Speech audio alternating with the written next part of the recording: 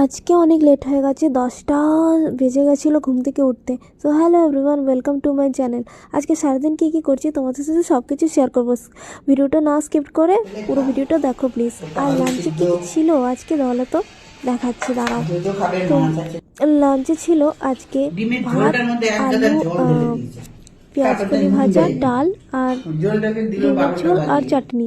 কারা কারা পেঁয়াজকলি ভাজা খেতে ভালোবাসো একটু কমেন্ট করে জানাবে। আর এমনি রেডি হয়ে গেছি, যাচ্ছি আজকে একটু বাজার, স্টেশন বাজার যাচ্ছি। এখানে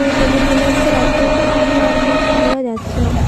আর এখানে অনেক কিছু ছিল, কিন্তু আমার কিছু বেশি কিছু পছন্দই আসছিল না, জানি না কেন।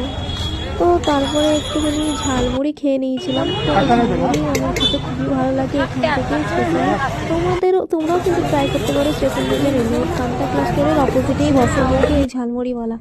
তো বাড়ি চলে এলাম। রাত্রিরে ডিনারে ছিল মটরশুঁটির কচুরি আর লুচির মতো আর পায়েস। আর কারা কারা এই বড়ুলিন লাগাতে ভালোবাসো আমার মতো একটু কমেন্ট করে জানাবে। কারা কারা শীতকালে বড়ুলিন লাগাও ঘুমানোর আগে। তো দেখাবে নেক্সট ব্লগে। বাই।